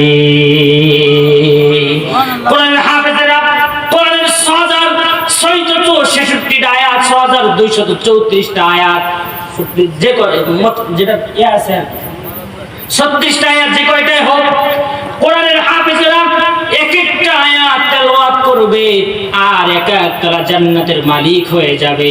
এই জন্য দুনিয়াতে যতটুকু সম্ভব 5টা আয়াত হোক, 6টা আয়াত হোক, 50, 100, যতদূর সম্ভব আমরা যদি কোরআন হেফজ করতে পারি, এক একটি আয়াত কিয়ামতের দিন তেলাওয়াত করবেন আর এক এক তারা জান্নাতের মালিক আপনি আমি হয়ে যাব। জোরে বলি সুবহানাল্লাহ। যতটুকু সম্ভব কোরআন হেফজ করবেন, এবং যারা পিতা আছেন নিজের সন্তানকে কোরআনের হাফেজ বানাবেন, দুনিয়াও কল্যাণ হয়ে যাবে, আখিরাতও কল্যাণ হয়ে যাবে। ঠিক কিনা বলেন আমার ভাইরা? 7 নম্বর, 6 নম্বর, কোরআন অনুযায়ী আপনাকে আমাকে আমল করতে হবে। কোরআন অনুযায়ী আপনাকে আমাকে কি আমল করতে হবে? কোরআনের ভিতরে আল্লাহ রাব্বুল আলামিন যা দিয়েছেন সবগুলো আমল না করতে পারলেও চেষ্টা করতে হবে। এই পৃথিবীর কেউ কি কোরআন পূর্ণভাবে আমল করতে পারছে মনে হয় আপনার? হয়তো আমার নবীজি সাল্লাল্লাহু আলাইহি সাল্লাম আমল করছেন, কিন্তু আমরা অধিকাংশ মানুষ কোরআনের পূর্ণাঙ্গ আমল করতে পারি না। তবে আমাদেরকে চেষ্টা করার দরকার আছে না নেই?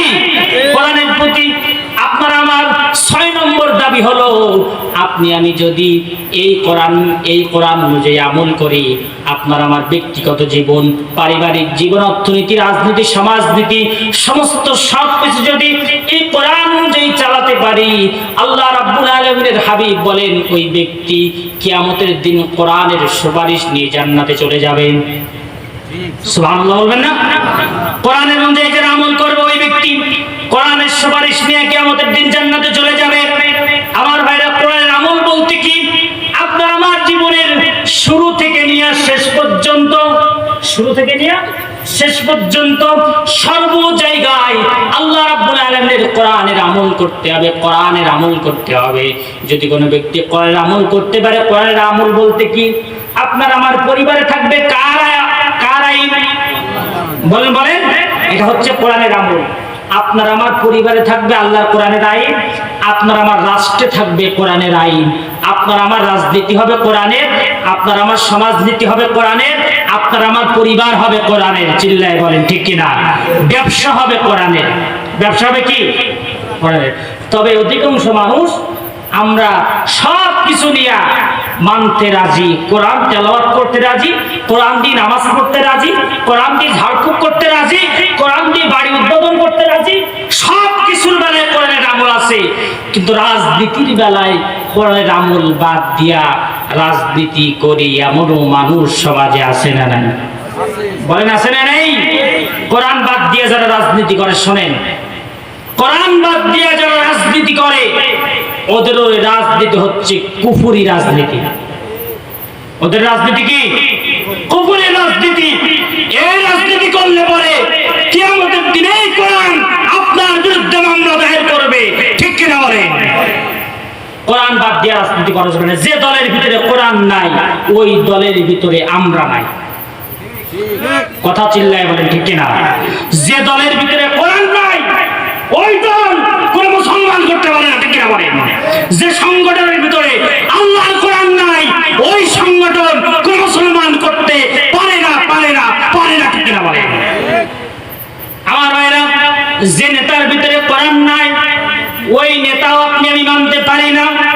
যে মেম্বার সাহেব আছে, আপনাকে উদাহরণ দিয়ে বলছি, মেম্বার সাহেবের যদি কোরআন না থাকে ওই মেম্বার সাহেবকে মানা, ওই মেম্বারের পিছনে নেতৃত্ব দেওয়া হারাম, হারাম, হারাম, ঠিক কিনা বলেন?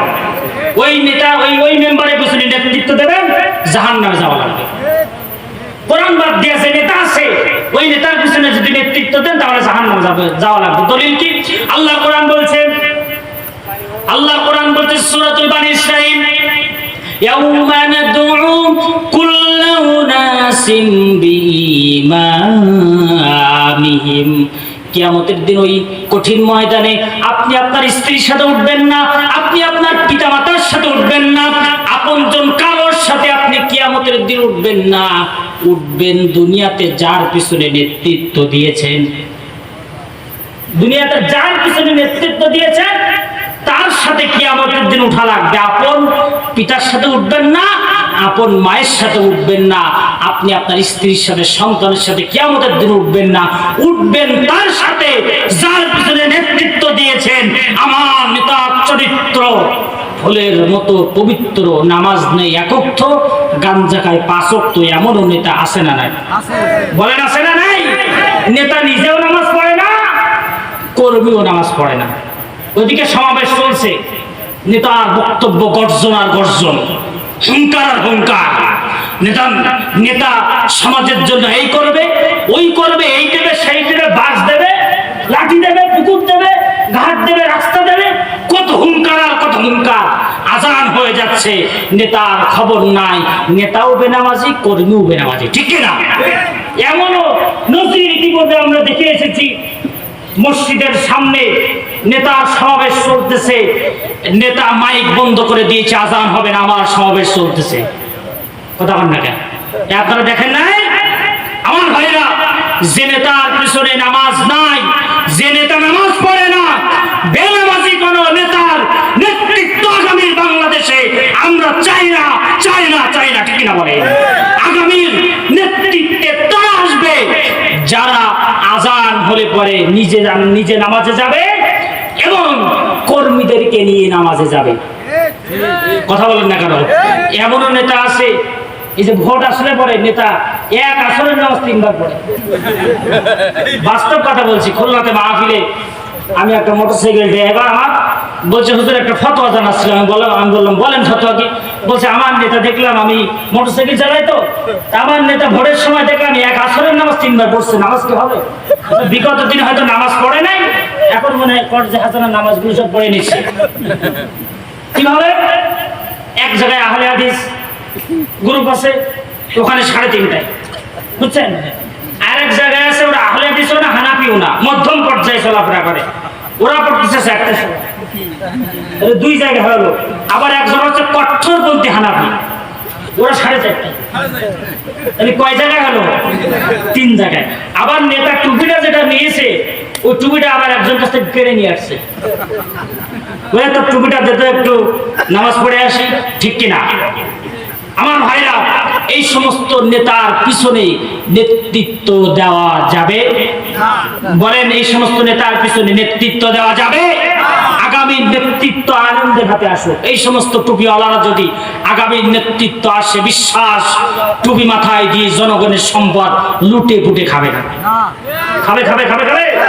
আর আমরা ক্ষমতা আসলে আগামী নেতৃত্বে সোনার বাংলা, সোনার বাংলায় পরিণত হবে।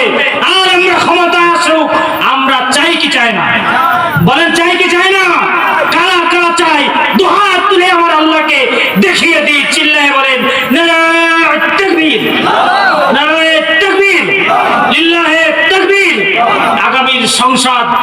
আলেমদের সংসদ হোক। আমরা ইতিপূর্বে যে সংসদ দেখেছি, গায়ক গায়িকা নায়ক নায়িকা দিয়া সংসদ চলতো, ঠিক না? ওটা ফেটটা যায়, জয়লা যায়, এই যায় সেই যায়, এই বাহির হয় সেই বাহির হয়, আমার নেতা তমুক নেতা নেতার প্রশংসা করতে করতে বিগত দিনের সংসদ গিয়েছে। এখনকার সংসদ যায় মোটামুটি ভালো। কয়েকজন আলেম এই সংসদে আছে না নাই? পরিপূর্ণ যখন সংসদ পূর্ণ হয়ে যাবে, আলেমদের দিয়া 151 জন আলেম যখন সংসদে চলে যাবে, তখন আগামীর দেশ কোরআনের দেশ হতে আর সামান্য পরিমাণ বাধা থাকবে না। এই যে বিগত স্বৈরাচারের আমলে, আমি শেষ করছি, আপনাদের কষ্ট হচ্ছে নাকি? কিছু কথা আছে, এই কথাগুলো না বললে মনে হচ্ছে খোরাক মেটাতে পারছি না। আমার ভাইরা, বিগত দিনে, হ্যাঁ শেষ করে দিচ্ছি, বিগত দিনে মদের আইন বাংলাদেশে পাস হয়েছিল, আপনারা জানেন? হয়েছিল না? এই স্বৈরাচারের আমলে মদের আইন পাস হয়েছিল না ভাই? হয়েছিল। এই আমাদের আইনটা পাস হওয়ার পিছনে কিন্তু একটা কাহিনী আছে, যে 300 সংসদ সদস্য আছে, এই 300 সংসদ সদস্যের সামনে মাননীয় স্পিকার, শোনেন, মাননীয় স্পিকার একটা বিল উত্থাপন করে যে আগামীকাল থেকে বাংলাদেশে মদের আইন বৈধ, মদ বৈধ করা হবে। এই 300 সংসদ সদস্যের ভিতর থেকে 151 জন যদি হা ভোটে ভোট দেয়, হা ভোটে ভোট দেয়, তাহলে আগামীকাল থেকে বাংলাদেশে মদের আইন বৈধ হয়ে যাবে। বুঝেন?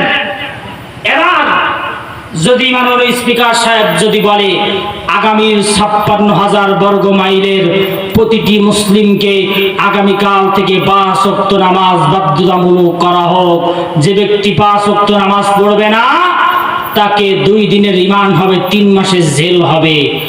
আপনারা ভোট দেন। 300 সংসদ সদস্যের ভিতরে যদি 151 জন যদি হা ভোটে ভোট দেয়, তাহলে আগামীকাল থেকে বাংলাদেশে নামাজ কায়েম হয়ে যাবে। চিল্লায় বলে সুবহানাল্লাহ। আপনাদের মুহাদ্দিস আব্দুল খালেক সাহেব মনে হয় না ভোটে ভোট দেবে? না ভোটে ভোট দেবে নাকি কোরআনের পক্ষে ভোট দেবে? নামাজের পক্ষে ভোট দেবে, কোরআনের পক্ষে ভোট দেবে। এরকম মুহাদ্দিস আব্দুল খালেক যদি আগামীর সংসদে 151 জন হতে পারে, আগামীর দেশ আল্লাহ কোরআন, আগামীর দেশ আল্লাহ কোরআনের দেশ হয়ে যাবে। আগামীর দেশ কোরআনের দেশ হয়ে যাবে, আলেম ওলামার দেশ হয়ে যাবে, নামাজের দেশ হয়ে যাবে, চুরি বন্ধ হয়ে যাবে, ডাকাতি বন্ধ হয়ে যাবে। ঠিক কিনা বলে? এই জন্য আগামীর সংসদে আমরা 151 জন কোরআনের হাফেজ আলেম মুফতি মুহাদ্দিস আগামীর সংসদে আমরা দেখতে চাই কি চাই না? বলেন, দেখতে চাই কি চাই না? আল্লাহ রাব্বুল আলামিন এই সোনার বাংলাকে, এই সোনার বাংলাকে একটি শান্তিময় সোনার বাংলা হিসেবে কবুল করেন। বলেন আমিন। আর জোরে বলেন আমিন। 7 নম্বর দাবি হচ্ছে, যতটুকু জানি ততটুকু প্রচার করতে হবে। যতটুকু আপনি আমি জানি ততটুকু কি করতে হবে? প্রচার করতে হবে। আমান আহসানু কাওলাম মিম্মান দাআ ইলাল্লাহি ওয়া আমিলা সালিহা ওয়া ক্বালা ইন্নানি মিনাল মুসলিমিন। সুবহানাল্লাহ বলেন। ওই ব্যক্তি সবচেয়ে উত্তম ব্যক্তি যে ব্যক্তি মানুষদেরকে আল্লাহর দিকে ডাকে, কোরআনের দিকে ডাকে। ঠিক কি না? ওই ব্যক্তি হচ্ছে উত্তম ব্যক্তি। ওয়ালতাকুম মিনকুম উম্মাতুন ইয়াদউনা ইলাল খায়র। তোমাদের ভিতরে এমন একটি দল থাকা দরকার, এমন একটি সংগঠন থাকা দরকার, যে সংগঠন মানুষকে সৎ কাজের আদেশ দিবে, অসৎ কাজ থেকে নিষেধ করবে। এমন একটি দল থাকার দরকার আছে না নাই? বলেন, আছে না নাই? আগামীর দেশ আমরা এই সৎ কাজের আদেশকারী, অসৎ কাজের নিষেধকারী এমন শ্রেণী দেখতে চাই কি চাই না? তাহলে কোরআন যতটুকু জানি ততটুকু আমল করার দরকার আছে না নাই? বলেন, আছে না নাই? তাহলে কোরআনের কয়টা দাবি? 7টা দাবি। এর শাস্তি কয়টা? 4টা। এই 7টা দাবি যদি আপনি আমি না মানি, তাহলে কিয়ামতের দিনে 4টা শাস্তির ব্যবস্থা আল্লাহ রাব্বুল আলামিন দুনিয়া এবং আখিরাত মিলে আপনাকে আমাকে বরাদ্দ রেখেছেন। মা বোনেরা অনেকে এসেছেন, তাদের ব্যাপারে কথা বলতে পারলাম না। মা বোনেরা 4টা কাজ করবেন। সবচেয়ে বড় কাজ হচ্ছে মা বোনেরা নামাজ পড়তে রাজি। ভাই আমি বলছি, 5 ওয়াক্ত নামাজ পড়বে, কালো বোরকা পড়বে, পর্দা করবে, সব ঠিক। স্বামীর আনুগত্য করার ব্যাপারে নারী নাই। কথা বলেন না কেন? কথা বলেন না কেন? ঠিক না বলেন? 5 ওয়াক্ত নামাজ পড়বে, রমজানের রোজা রাখবে। নারীরা সবচেয়ে দিন পালনের ক্ষেত্রে বেশি অগ্রণী ভূমিকা আছে। যে স্বামীর খেদমতের ব্যাপারে ফতোয়া জুড়ে দেয়। রাসূলুল্লাহ সাল্লাল্লাহু আলাইহি সাল্লাম স্ত্রীকে সহযোগিতা করতো, ঠিক না বলেন? হ্যাঁ, এটা সুন্নত, নবীজির সুন্নত। কিন্তু নিজের বেলার ফতোয়াগুলো ঝাড়ে, নিজের বেলার ফতোয়াগুলো কি ঝাড়ে। আমার মায়েরা শোনেন নবীজির হাদিস, শোনেন নবীজির হাদিস। যদি কোনো স্ত্রী মারা যায় আর তার স্বামী যদি বলে আলহামদুলিল্লাহ, আমি আমার স্ত্রীর উপরে মৃত্যুর আগ পর্যন্ত খুশি ছিলাম, আল্লাহ রাব্বুল আলামিন ওই স্ত্রীর জন্য আল্লাহর জান্নাত ওয়াজিব করে দেন। জোরে বলি সুবহানাল্লাহ। কিয়ামতের দিন স্ত্রী তার স্বামীর সার্টিফিকেটে জান্নাতে যাবে। স্ত্রীর বিরুদ্ধে যদি স্বামী হয়ে যায় তাহলে জাহান্নামে যাওয়া লাগবে। ওই কালো পর্দা, ওই কালো বোরকা আর বইটা আর অমুক তমুক এইগুলো কোনো কাজে আসবে? বলেন আসবে? দেখেন তালিম আর তালিম, তালিম আর তালিম। মানুষের সাথে কথা বলে না পর্দা নষ্ট হয়ে যাবে বলে, কিন্তু স্বামীর খেদমতের বেলায় স্বামী যদি বলে 1 গ্লাস পানি ঢেলে দাও তো, বলছে নিজে ঢেলে খেতে পারবো। কথা কন না? হ্যাঁ, আল্লাহ ফতোয়া বের করেছে, আল্লাহ হাত দেয়নি। আমার মায়েরা, ভাই বলে, দেখছেন ভাইয়ের মুখস্থ হয়ে গেছে, ভাইরে বলে, ভাইরে বলে। আমার ভাইরা, আমার মায়েরা যারা শুনতেছেন, মা বিনয়ের সাথে বলি আপনাদের, আর প্যান্ডেলের ভিতরে আমার নিজের আপন মা আজকে বসে আছে। প্যান্ডেলের ভিতরে আমার নিজের আপন মা বসে আছে, আমার আপন বোন বসে আছে, আমার খালাতো বোন, তারপরে আমার খালা, অনেক আপন ধরে প্যান্ডেলে বসে আছে। আবার আপনারা অবাক হবেন, আমার নিজের পিতা, আমার নিজের পিতাও আজকের মাহফিলে উপস্থিত। ওই যে আমার পিতা বসে আছে, দোয়া করছি রব্বুল আলামিন আমার পিতাকে নেক হায়াত দান করুন, বলেন আমিন। তিনি অসুস্থ আছেন, আপনাদের কাছে দোয়া চাই আমার পিতার জন্য। আল্লাহ রাব্বুল আলামিন তার শরীরকে, তার সকল অসুস্থতা থেকে আল্লাহ রাব্বুল আলামিন শিফায়ে কামেলা আজলা দান করেন, বলেন আমিন। আর জোরে বলেন আমিন। আমার মায়েরা, আপনাদের জন্য বেশি ওয়াজ না, আপনারা দিন পালন করেন খুব, নামাজও পড়েন খুব, পর্দাও করেন খুব, তবে স্বামীর অনুগত্যটা আপনারা বেশি বেশি করেন, স্বামীর অনুগত্যটা বেশি বেশি করেন। আমি আমার স্ত্রীর কথা বলি, আমার স্ত্রীকে আমি কোনো স্বর্ণ কিনে দেই নাই, স্বর্ণ কিনে দেই নাই। কেন? মহিলাদের আপনি যতই সাজগোজের জিনিসপত্র কিনে দেন, যতই সাজগোজের জিনিসপত্র কিনে দেন, আপনি স্বামী আপনার সামনে একবারও করবে না। বাপের বাড়ি যখন যাবে কিংবা কুটুম বাড়ি যখন যাবে, তখন ভালো জামাটা, ভালো দামি 3 পিসটা, বোরখাটা পড়বে, কিন্তু আপনার সামনে সাজার বেলায় 0। যত খারাপ জামা কাপড় আছে আপনার সামনে, ঠিক না বলেন? আমি কি মিথ্যা বলতেছি ভাই? মিথ্যা বলতেছি? আমার নবীজির একজন মেয়ে ছিলেন, নাম হচ্ছে ফাতেমাতুজ জোহরা। সুবহানাল্লাহ বলেন। জোহরা শব্দের অর্থ হচ্ছে অলংকার। জোহরা শব্দের তো কি? অলংকার। তার নাম ফাতেমাতুজ জোহরা হলো কেন? আমার মায়েরা শোনেন, আমার মায়েরা যারা আছেন শোনেন। আমার নবীজির মেয়ে ফাতেমা এমন ছিল, তার স্বামী আলী যখন ঘর থেকে বাহির হয়ে যেত, ঘরের সবচেয়ে খারাপ জামা কাপড় গুলো পরে ফেলতো, আর যখন ঘরের ভিতরে আসতো, নিজের সাজ্জাপাতি, নিজের দামি দামি গহনা জিনিসপত্র যেগুলো ছিল সবগুলো স্বামীর সামনে পড়তো। সুবহানাল্লাহ বলেন। একদিন হযরত আলীর কি হয়ে গেল? আলী বাইরের কাছে চলে গেল, তার পণ্যের সকল ভালো জামা কাপড় গুলো খুলে ফেললেন, খুলে ফেলে তিনি খারাপ জামা কাপড় গুলো পরে ফেললেন। আলী রাদিয়াল্লাহু তাআলা আনহুর সেই দিন আর কাজ হয় নাই। কাজ না করে কাজের স্থান থেকে আবার ফিরে এসেছে, দরজায় নক দিয়েছে, ফাতেমা রে দরজা খুলে দাও। হযরতে ফাতেমা দরজা খুলতে দেরি করলেন, আলী হয়ে গেল রাগ যে আমার স্ত্রী দরজা খুলতে দেরি করলো। কিছুক্ষণ পরে দরজা খুললো, হযরত আলী বলছেন, ফাতেমা রে দরজা খুলতে দেরি করলে কেন? আমি তোমার স্বামী বাহির অপেক্ষা করতেছি, দরজা খুলতে দেরি করলে কেন? আমার ভাইরা, হযরত ফাতেমা বললেন, প্রাণের স্বামী আমি দরজা খুলতে দেরি করেছি এই জন্য আপনি যখন ঘর থেকে বাইর হয়ে যান দামি জিনিসগুলো খুলে থুয়ে রাখি, খারাপ জিনিসগুলো পরি। আপনি আবার যখন ঘরে আসেন তখন দামি জিনিসগুলো পরি, সাজসজ্জ অবস্থায় থাকি। আজকে তো আপনার কাজ হয় নাই, আপনি কাজ না করে ঘরের ভিতরে চলে আসলেন। আমি আপনার সামনে খারাপ জামা কাপড়ে, অপচয় জামা কাপড়ে, নোংরা জামা কাপড়ে আসবো না বলে নোংরা জামা কাপড়গুলো খুলে নতুন জামা কাপড়, সৌন্দর্যময় জামা কাপড়গুলো পরে আপনার সামনে আসতে সাজতে একটু দেরি হয়েছে, এই জন্য দরজা খুলতে দেরি হয়েছে। হযরত আলী ফাতেমাকে বুকের ভিতরে জড়িয়ে ধরে বললেন, ফাতেমা রে, তুমি আমার জন্য যে ভালোবাসা দেখাইছো, আমার জন্য যে মহব্বত দেখাইছো, ফাতেমা রে, আজ থেকে তোমার নাম শুধু ফাতেমা না, তোমার নাম আজ থেকে ফাতেমাতুজ জোহরা। সুবহানাল্লাহ বলবেন না? এই বলে আমার বক্তব্য শেষ করছি। আমার মায়েরা, যে অবস্থা, আরেকটু বাড়ালে হবে না, এখানে অনেক সময় চলে গেছে, অনেক সময় 1:10 হয়ে গেছে, অনেক সময় হয়ে গেছে, ঘুমাতে তো হবে, ফজরের নামাজ তো পড়তে হবে। দেখছেন? যাই হোক, আমার মায়েরা স্বামীর খেদমত করেন, স্বামীর খেদমতে দুনিয়া এবং আখিরাত কল্যাণকামী হয়ে যাবে। আল্লাহ আমার মায়েদেরকে হযরত ফাতেমার মতো কবুল করেন, বলেন আমিন। যারা স্বামীদেরকে খেদমত করবে, স্বামীদেরকে ভালোবাসবে, স্বামী যা বলবে যদি ইসলাম সেটাকে সমর্থন করে, আপনাকে মানা ফরজ। এই অনুগত স্ত্রী যারা হতে পারবে তারা হযরতে ফাতেমার সাথে আল্লাহ রাব্বুল আলামিনের জান্নাতে প্রবেশ করবে। আল্লাহ রাব্বুল আলামিন আমার মাদেরকে হযরতে ফাতেমার মতো কবুল করেন, বলেন আমিন।